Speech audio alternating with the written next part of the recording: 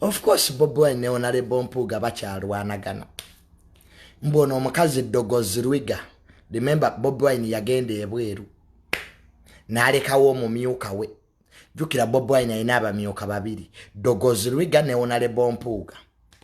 Kati Bobi Wine bwe yali agenda mbu n'awandiika ebbaluwa mbu by article given to me nga omanye ebyekisiru bya NUP. Nabikotinga that idiose. Because I copy a President Museveni. Nakaba by article given to me ndesewo Dogozi Lwiga. Omukazi oyo Dogozi Lwiga gwe balekawo awulirize ensonga za Honorable Mpuuga ye Bobi Wine n'agenda ebweru kubanga stress yali amuliko ne pressure. Pressure badde nyingi nnyo ku Bobi Wine. In fact mu kaliya ya Bobi Wine oba mwe gomanyinga principal. Kwa principal abawa amasomero abaidi teacher. Eno kino kyekitwe kisinga okubeera ekyamaanyi. Ogoba Honorable Mpuuga is one of the hardest hurdles NUP gye yakafeesinga. Lwaki eri hard? Most of the MPs abali mu National Unity Platform tebakkiriziganya na kya Bobi Wine kye yakola. Honorable Segona, and they sit at the top management of NUP.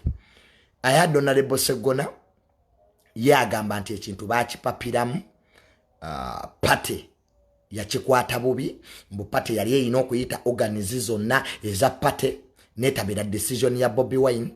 Honorable Mpuuga yatuuka n'ogamba nti principal ekirawo okwogera yogere nnyo kwawo ayogera bo baba tebasobola kwogera so indirectly Honorable Mpuuga Honorable Segona olwamubuuza ku bbaluwa ekibiina gye kyawandiika yagamba mbu yetakkiriza nti ekibiina kye kyagiwandiika kwa yalabe bbaluwa yali yakisiru n'agamba nti ekibiina kirina abantu abategeera abatasobola yakosa kigambo kye kuwunga.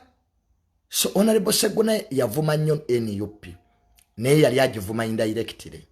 Era olwamukyaza ku NBS yagamba Mpuuga mbu singa yali alidde ssente mbu babawe evidence.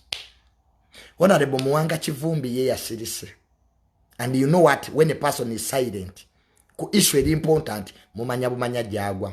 Honorable Namboza asamba Newton tawolereze NUP ateta kuba Honorable Mpuuga ye tumumanyi bwalabanga ekintu akirimu asirika namulaba ku NBS barometer nga balo omushana ono kabanda ntiazo bakuba ekibiina nga wali asirise namala nanenya abalabi nedda programu eno omulabi tagifunyemo mutuwadde obudde butono. Honorable Namboze bwali budde butono wanongo oyogera singa teyali Honorable Mpuuga singa omanyi Honorable Namboze videos yakakola data yakubuze ku live yo nga wayogera ku bujingo Honorable Namboze nga wayogera ku bujingo nofuna n'obudde obugenda ku page yo ku Mpuuga data yakubuze. So ababaka bangi mu NUP bayisizaamu olugaayo principle because Bobi Wine ye executive officer owa party yaabwe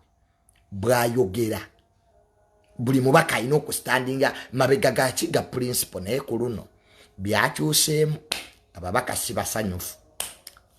Kati ye Honorable Ssemujju ate yakamalamu because the people I respect in this country ba MP Ssemujju yabagambye mwe ba photo soldier abavuma abakulembeze woba olowooza nti Bobi Wine bwakwata obuyinza ojja kuba minister w'erimbi.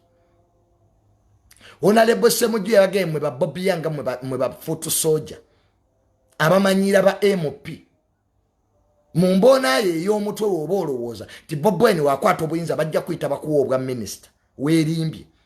Era Honorable Ssemujju n'agamba nti nze Bobi Wine yamulonda kwa mu opposition. Honorable Ssemujju ye minister wa finance. Lwaki teyalonda Kayemba? Lwaki teyalonda Bobi Yanga? Teekamu obwongo. So yo message yabadde egenda mba photo soldier. Era Honorable Ssemujju n'agamba nti ye musanyufu bavume Honorable Mpuuga. N'agamba nti bajja kumala kuvuma Bobi Wine basooke bategere nti okuvuma si kirungi kwanga NUP ye yazimba okuvuma oyo politics wa blackmail intrigue owabalumbuye.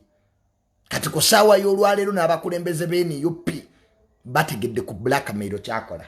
So I believe NUP eri mu kiseera kizibu era kino kyawaliriza principal Bobi Wine okufuluma ku ggwanga. n'alekawo omuyambi we Dolores Lwiga.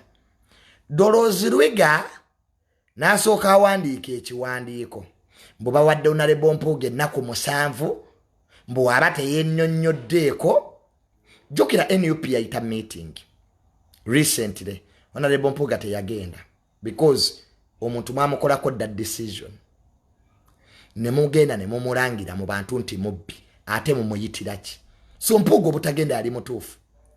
Bob Wine already took a decision eyokumuvuma even before involving other party members, because ensonga ya Honorable Mpuuga ntono nnyo. Yali teyeetaagisa genda ku social media kuleekaana. Mwandibadde mubimalira mu party yammwe. Hiyo nsonga ntono. Ne Bob Wine nga bw'atalina bukulembeze because is immature in politics adduse emisinde nkuta omubbi oyo mubbi. Principle. Nsi yonna yakirabye nti Mpuuga owalana muwalana. Mpuuga si ye yazeewa ssente, kakiiko ke kaazimuwa. Ate bonna bakamishona baafuna. Ne ssente zennyini ze mumulangira musajja tannazifuna. Kale ate ebbaluwa egamba mbuzaayo ssente azizzeeyowa ate z'atannafuna. Gwe kennyini principle wagenda n'otugamba mbu wabirabira ku social media. Gwe ensonga zo zaakabalaza. Bw'ofuna ebizibu ne mukazi wo Babbi ojja ku social media n'obitugamba. Nga bw'okwata ensonga zo Bobi Wine ne Babbi mukyalawo era bw'okwata ensonga z'ababaka. Bano ababaka bazimbye amannya gaabwe. They have been here in politics, they are respected. Mpuuga is highly respected. Mu Buganda, mu Catholic Church, tosobola kuva eri without even proof and evidence. Lugamba ono mubbi. A principle.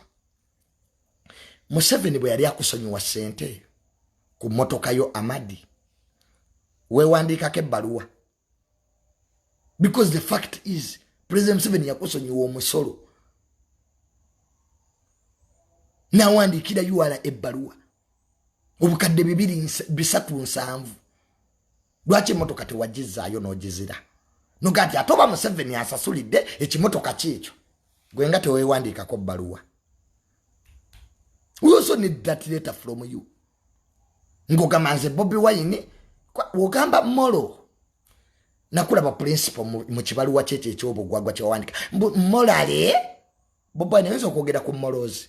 Gwe yali omuni w'enjaga. You a drug addict here. Ozensi yerabidde. The world gave you a second chance. Wali toli yasente zakayula. Hine principle. Werabidde background yo. Oyinza okwogera ku molozi principle. Gw'olaba gwe omuni w'enjaga ensi yakusonyiwa.